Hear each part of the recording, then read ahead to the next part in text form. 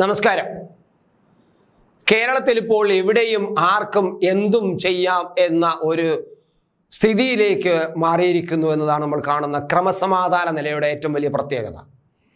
പിണറായി വിജയൻ ആഭ്യന്തര വകുപ്പ് മന്ത്രി കയ്യാളി തുടങ്ങിയ അന്ന് മുതൽ, അതെന്നാണെങ്കിൽ കഴിഞ്ഞ ഒന്നാം സർക്കാർ മുതൽ ഈ ക്രമസമാധാന നില നേരെ നടത്തിക്കൊണ്ടുപോകാൻ, പോലീസിനെ നേരെ നടത്തിക്കൊണ്ടുപോകാൻ ഈ വകുപ്പിന് കഴിഞ്ഞിട്ടില്ല, പിണറായി വിജയന് കഴിഞ്ഞിട്ടില്ല. എന്തൊക്കെയോ വലിയ ആളാണ്, എന്തൊക്കെയോ വലിയ ശക്തനാണെന്നൊക്കെ പറയുന്നുണ്ടെങ്കിലും പോലീസിന്റെ പ്രവർത്തനം തന്നെയാണ് ഏറ്റവും അധികം വിമർശിക്കപ്പെട്ടതും വീഴ്ച വന്നിട്ടുള്ളത്. ഇപ്പോഴിതാ തിരുവനന്തപുരത്ത് തലസ്ഥാന നഗരിയിൽ ഒരു 2.5 വയസ്സായ ഒരു കുഞ്ഞിനെ 2.5 വയസ്സായ ഒരു കുഞ്ഞ് അച്ഛനും അമ്മയോടൊപ്പം കിടന്നുറങ്ങിയപ്പോൾ തട്ടിക്കൊണ്ടു പോയിരിക്കുന്നു. ആയിക്കോട്ടെ, അത് ഒരു ക്രിമിനൽ സംഘത്തിന്റെ പ്രവർത്തനം തന്നെയാണ്. ഈ ക്രിമിനൽ സംഘം എന്തുകൊണ്ടാണ് അവിടെ ഇത്രയും ശക്തമാകുന്നത്? ഈ ക്രിമിനൽ സംഘം ശക്തമായ ഈ സ്ഥലം, ഈ പറയുന്ന കുട്ടിയെ തട്ടിക്കൊണ്ടുപോയി എന്ന് പറയുന്ന ആ സ്ഥലം എന്ന് പറയുന്നത് നമ്മൾ ആലോചിക്കുമ്പോൾ ഏറ്റവും അധികം സുരക്ഷാ മേഖലയാണ്, ഏറ്റവും കരുതൽ ഉള്ള കേന്ദ്രമാണ് എന്ന് പറയാം. അതാണ് ഒന്ന്. അതിൻ്റെ അടുത്തടുത്ത് ബ്രഹ്മോസ് എന്നുള്ള സ്ഥാപനമുണ്ട്, തൊട്ടപ്പുറത്ത് വിമാനത്താവളമുണ്ട്, പിന്നെ കുറച്ചകലെയായിട്ട് തുമ്പ സ്പേസ് റിസർച്ച് സെന്റർ ഉണ്ട്. അപ്പൊ ഇതെല്ലാം ഈ റോക്കറ്റ് വീക്ഷണ കേന്ദ്രമുണ്ട്.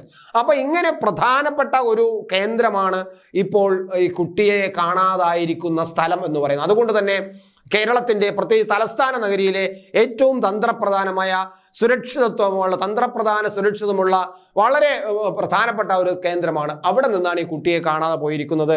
അവിടെയാണ് ഈ അധോലോക കേന്ദ്രങ്ങൾ അഴിഞ്ഞാടുന്നതും അതുപോലെ തന്നെ ഈ ക്രിമിനൽ ഗൂണ്ടകൾ വിലസി നടക്കുന്നതും അവിടെയാണ്. അവിടെ പോലീസിന് യാതൊരു നിയന്ത്രണവും ഇല്ലാത്ത അവസ്ഥയാണ്.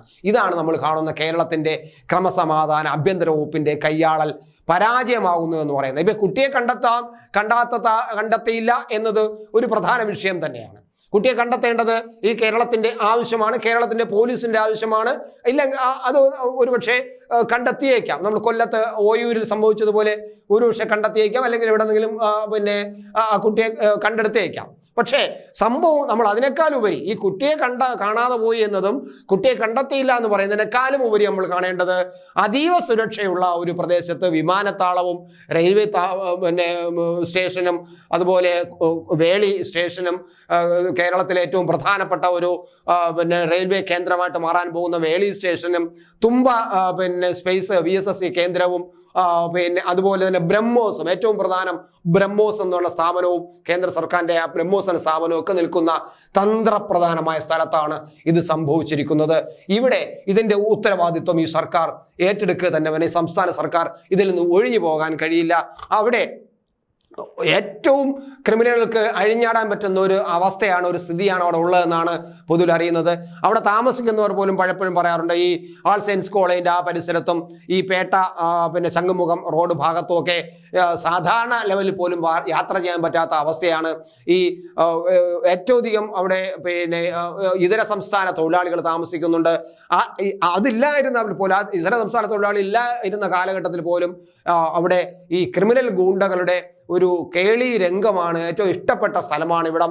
അതുകൊണ്ടാണ് നമ്മൾ പറയുന്നത് ഈ പ്രദേശത്തെ ഇനിയെങ്കിലും ഈ സംസ്ഥാന സർക്കാർ ഈ സുരക്ഷിത പ്രദേശം ശ്രദ്ധിക്കേണ്ടതാണ്. കാരണം കേരളത്തിൽ ആർക്കും എവിടെയും എന്തും ചെയ്യാം. ഞാൻ ആദ്യം പറഞ്ഞു, കേരളത്തിൽ ആർക്കും എവിടെ എന്തും ചെയ്യാം. കാരണം ഇവിടെ ഭരിക്കുന്നത് ഒരു ഇടതുപക്ഷ ഗവൺമെന്റ് ആണെന്നും ഇവരുടെ കാലത്ത് നമുക്ക് എന്തും ചെയ്യാമെന്നും ക്രിമിനലുകൾക്ക് യാതൊരു പ്രശ്നം ഉണ്ടാകില്ല എന്നുള്ള ഒരു ധാരണ എങ്ങനെയൊക്കെയോ ഈ ക്രിമിനലുകളുടെ മനസ്സിൽ കടന്നുകൂടിയിരിക്കുന്നു.